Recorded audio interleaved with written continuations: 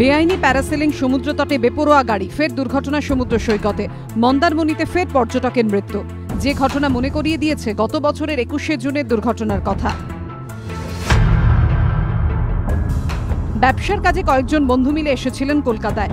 একরত্তি মেয়েকে বলে এসেছিলেন কলকাতা থেকে খেলনা আনবেন। কথা রাখতে পারেননি তিনি, কারণ আর ঘরেই ফেরা হয়নি তার। কলকাতার কাজ তাড়াতাড়ি শেষ হয়ে যাওয়ায় বন্ধুদেরকে নিয়ে মন্দারমণি গিয়েছিলেন মুর্শিদাবাদের রেজিনগরের পিলখানা গ্রামের বাসিন্দা তরুণ ঘোষ। হঠাৎ পাওয়া বেড়ানোর আনন্দকে অন্য মাত্রা দিতে গিয়ে উঠেছিলেন প্যারাশুটে, আর তাতেই বিপত্তি। প্যারাসেলিং করতে গিয়ে হাওয়ার তোরে প্যারাশুট জড়িয়ে যায় বিদ্যুতের খুঁটিতে।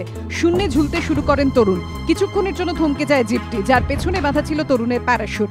তারপর ফের জিপ গতি বাড়াতেই গোড়া থেকে উপড়ে যায় বিদ্যুতের খুঁটি। নিচে আছড়ে পড়েন তরুণ। কাঁথি মহকুমা হাসপাতালে নিয়ে যাওয়া হলে মৃত বলে ঘোষণা করেন চিকিৎসকরা। দুর্ঘটনার পর শুরু হয় পুলিশে কড়াকড়ি। গ্রেফতার হন প্যারাশুট বাঁধা জিপের চালক গোপালগিরি ও খালাসি অরুণ দাস। অবৈধভাবে ব্যবসা চালানোর অভিযোগ ওঠে স্থানীয় তৃণমূল নেতার বিরুদ্ধে। তারপর যে কে সেই। ফের দুর্ঘটনা, ফের মৃত্যু।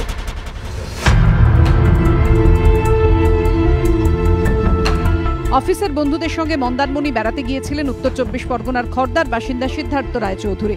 ফেরার পথে সমুদ্র তটে দুর্ঘটনাগ্রস্ত হয় তাদের গাড়ি। মৃত্যু হয় সিদ্ধার্থর, আহত হন তার সঙ্গী সাথীরা। প্রত্যক্ষদর্শীদের দাবি, সমুদ্র তট দিয়ে ঘন্টা 100 কিলোমিটারের বেশি গতিবেগে ছুটছিল গাড়িটি। সামনে খুঁটি দেখে আচমকা ব্রেক কষতেই বিপত্তি। সেই ঘটনা 3 মাসের মাথায় ফের দুর্ঘটনা মন্দারমণিতে।